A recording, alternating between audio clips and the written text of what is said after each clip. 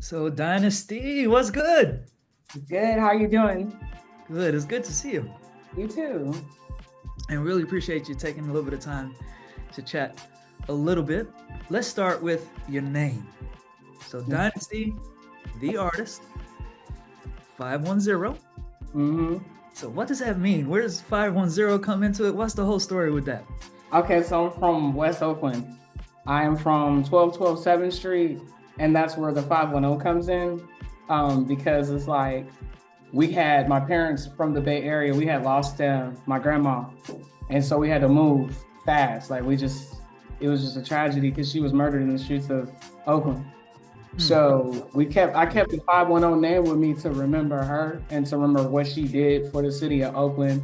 Dynasty came from my friends, Jesse and Whitney. And we bonded, and they had this thing called the FNC. So it was like a Freaknik clique. And Jesse goes, "Your name's gonna be Dynasty." He was platinum Playboy and she was baby girl. So it was kind of like that. It was kind of like one of those. Well, I got that name. So Dynasty was not like for me to be a mean ruler, but I did adopt the name Dynasty because it was more like I was dominant. Like no matter what people tried to do to try to like delay me or stop me, I was determined to like still go and not let nothing get in my way. Like master things over obstacles. Like I could be having the worst day, somebody can cuss me out. I learned how to internalize that into music. Yeah. It's rough though. That's why I'll create crazy beats, because I'll really be mad. Yeah, right. It just comes out. It just yeah. Yeah, that's a powerful story. I hate to hear that about your grandma. I appreciate that. I'm sorry for your loss. But yeah, that I could really see that name fits you. It fits your style. When I introduced the guys in Soulganic to your music, the word that I used was cosmic.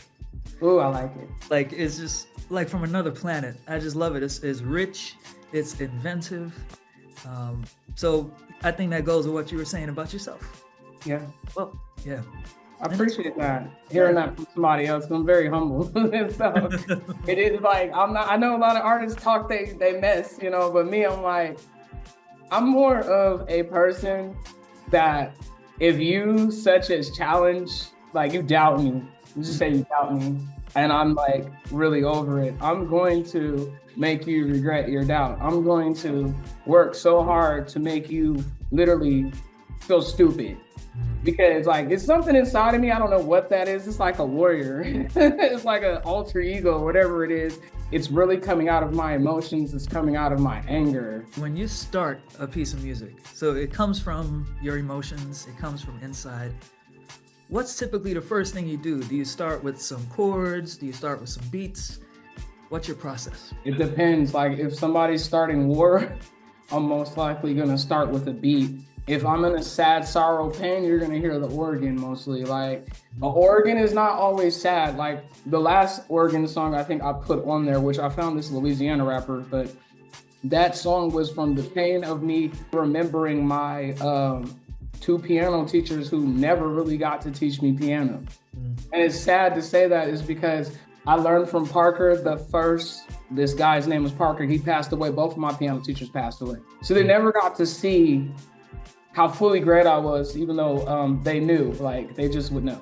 So that's when you'll hear like the organ sound come out. Like that was a remembrance of them. Like Joyce Blair, Miss Blair was like, she knew I was supposed to wear glasses. Like I wear glasses. And she was like, "You're a great piano player, but right now you're just lazy." And like, I was like, "What do you mean?" She was like, "You're being lazy. You know the sound, so you're of course playing by ear." And I laughed at her because Professor Keene, one of my professors used to say that. And outside of music theory, I was taking the piano because I already knew how to play, but that doesn't mean nothing. You still have to learn the theories of music. You may know how to do something, but you still need to learn. Like always in life, never feel like you know too much, So my opinion, if violins are more of, if I get the violins, I might start the violins. Usually I'll do violins with the organ because I listen to a lot of classical music, Anthony. It doesn't seem like I do, but those jazz and classical are my two favorite genres. And that's why I tell everybody, like, gospel music is the tie to it all, because you got funk that comes from that, you got rock that comes from funk, you know, and music is just tied together. Yeah, totally. I agree with that, because a lot of what, for instance, what we do with Soulganic, it's all, well, American music is Black music. Yeah. And so it's all the branches of that.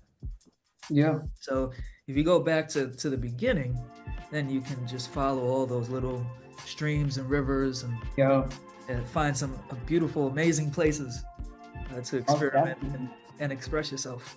Yeah. And I hear that too in what you do. Yeah, like Winston Marsalis.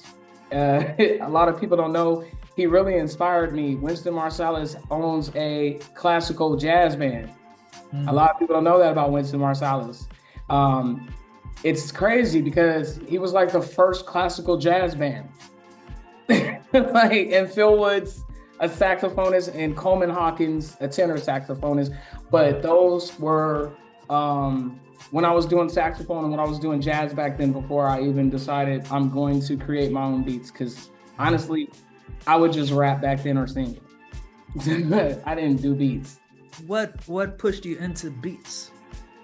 My brothers tried to get me started, and I just was not, at that time, no. Like, I was just like, no, I don't want to do this. But when I seen how people would use the studio to abuse artists, is when I said, you know what?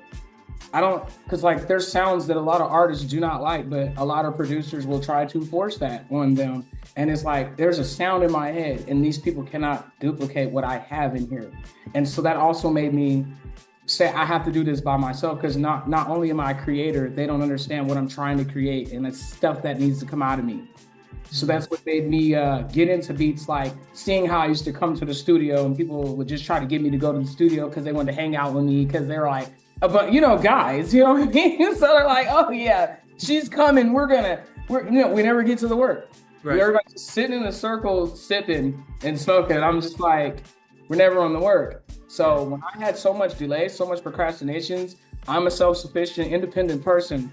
I don't let stuff continue to delay me. If I continue to see that you're trying to stop me or you're trying to delay me, I'm going to create something and go around you and ghost you and move in silence. And then you'll eventually see me pop out like, whoa, I thought we got rid of her. No, never. I stay away from stuff like that. I try to keep a positive mindset. All that stuff is draining. And as an artist, a producer, and a creator, I like to keep my mind focused on the goals and what I gotta handle. Yeah. No doubt. So in working with other artists, because you produce, you're multi-instrumentalist, what's something that you've learned about yourself in working with other people? Ooh. When I've seen, like, a lot of artists do look up to me when I do push them to do certain things. I can see the potential and the drive in them, but what I notice in me that I sometimes can catch in the artist that will alert me that I'm doing it too is procrastination. Like, that's, I'm gonna be honest, like, I've learned that in a lot of artists, but I see sometimes that I could come off as, let's get this done, because I will stay at something until it's done. And so when I come into contact with people, I'm learning myself more what I will and will not waste my time on. You know what I'm saying? Because like for a while, I would be like, okay, well, I'm gonna sit up here and, you know, just work with this person. And then like 2 weeks go by, I send them a song, right? They would not complete the song. Next thing you know, they're asking me for another beat. And back in the day, I would be like, sure, you get tested with one beat. You don't complete that, don't contact me no more. And I'm noticing a lot of people, like as a producer, on the producer side, not the artist side, because when I was on the artist side, I was thinking this the producer. Now I'm seeing it's really a lot of the artists, because when you need to know when the hook is coming in. You don't just rap all over the beat or don't just sing. Know when the hook is coming in. Know how to arrange arrangement is something that people being off and people like not following is what helped me to be able to be more structured and more patient. I'm learning more patience as a producer. I'm learning what I will and will not tolerate. Like, I'm not going to sit here and waste my time for a whole weekend slot for you to record, for you not to get done with nothing. That's not my problem. And once I see that you're the type of person that like does not want to do the work, or you're wasting people's time, I just move you off. I don't even argue. I don't fight. I don't like getting on you, like nagging, like, hey, you need to. I'm not your drill sergeant. I'm just here. If you want to enhance your music career, I'm here. It's sort of like it's polishing the diamond. Yeah. You know, that's what's up. It really is. Yeah. I like to hear the artists come out. The crazy thing that bothers me is those that give up before they find their delivery, before they find their niche in singing and development. A lot of people like that's what I also learned too. Like, do not overly invest in an artist, because the artist has to want it just as bad as you know what I mean, or even better, you know. Yeah. This don't help people, but don't watch their definition of help. Yeah. That's a great point. That's how a lot of us ended up with roommates we don't want. Look, you got a so-called move. Some people are stuck. They're like, man, how? And I'm gonna tell y'all now, whoever's watching, move. Just wait till they go to work and call a U-Haul, or encourage them to go out of town for a weekend. And when they come back, just move. Save yourself. Don't move in the same town. You better move 3 towns over. Right. You know? So let's talk about the Variations series that you hopped on, and you reinterpreted one of our songs, which is Pulling Me. When it came to that, how did you approach adding your sound, your vision to what we already had? What was that like? I went with your voice. Oh, okay. Honestly, I can just hear your voice, and I needed to create something that would make your voice come out so much that you wouldn't even know you sound like that. So, you know what I mean? Like, I don't know if I did a good job at that, but I had to try to put the stems, because it was your voice is so nice. You have like raspy like me. My voice is raspy. My dad's voice is raspy. And a lot of people have a hard time like mixing a voice, because the voice is so unique. And then someone was like, add some strings to that, because I listened to your lyrics. And you know what? I'm going to be honest. Your song helped me like literally get through a karmic connection. Like, oh, wow. No, it's deep. Look, I had a snap here. And one of my friends, this is one of my close friends that actually was out here. He was going through his karmic connection too. And I've actually been like separated from this person for 9 months, but then I heard about what you were talking about in the song. And then since I was able to engage what you were talking about in the song, is what started helping me put together my pain in the song. But I didn't want to make it sound sad, but I wanted it to draw where people can hear what you're talking about and your story and what you're saying. And I wanted to make it to where the instruments brought out your voice to the point where people are like, you're pulling them. You know, so they're not just fully focusing on the music. They're hearing your voice say what it is that's going on in your relationship. And that was so deep, because I was like, wow, if you really listen to what he's saying about going back and forth with somebody, and it's a painful event that somebody has to experience, because it's like you have a soul connection, a soul tie. When I was doing the mix, a couple of my friends came up, they're like, wow, who's singing? That's a really good song. I like it. Everybody kept saying they like it. Like, there were some people that actually got so weird because they were like, well, it's too good. And they started tripping because it sounded so good. So they started showing a hater side. But the ones that, it was hating on you, Anthony. They trust me. We don't holler at no more. It's all good, man. It's all love. That sounds good. You don't do that, because this person is an actual artist musician that does their work. And when Shane heard it, my friend Shane, he was like, wow, he said, he sounds really good. And he was like, oh my gosh, could you skip that back? I want to hear exactly what he just said again. And so I skipped it back. And Shane was very much interested. And then I was like, did you just hear what he said? And then that's when Shane said, did you hear what he said? And that part of the song just registered in our head. And we were like, no, he's so right about this. And so that's what helped me to keep going back over the song. Like it was not just like in a day. You know, like I really went over like, no, I don't like this sound. That's not making the whole band pop, or that's throwing him off. I really took my time to go through different stems, even me on the piano. I was like, because there was something missing at the end. And I was like, I gotta get, because you know what? With that soul and that funk, I gotta Ray Charles that piano. So yeah. And I can hear that. Oh, it's so dope. Yeah. Oh, I love it. And I had to, and I liked how you guys came together. We're pushing, we're pulling. And it was like a Pink Floyd moment. You remember, we don't need no education. Right, exactly. I was doing that, so I wanted to bring those sounds out. We're pulling, we're pushing. And so that's why I wanted to make it to where we did half piano, but also the voices were embraced before I came in with that, because I wanted everybody to hear you first before I came in. So when you did that breakdown, like, let me get in there. And when you see, I took a risk because I was like, I don't know if he's gonna like this. Yeah, I love it. I think it's out of this world. I really appreciate like all that love, and that you really listened, and everybody else too, even the ones who ended up hating.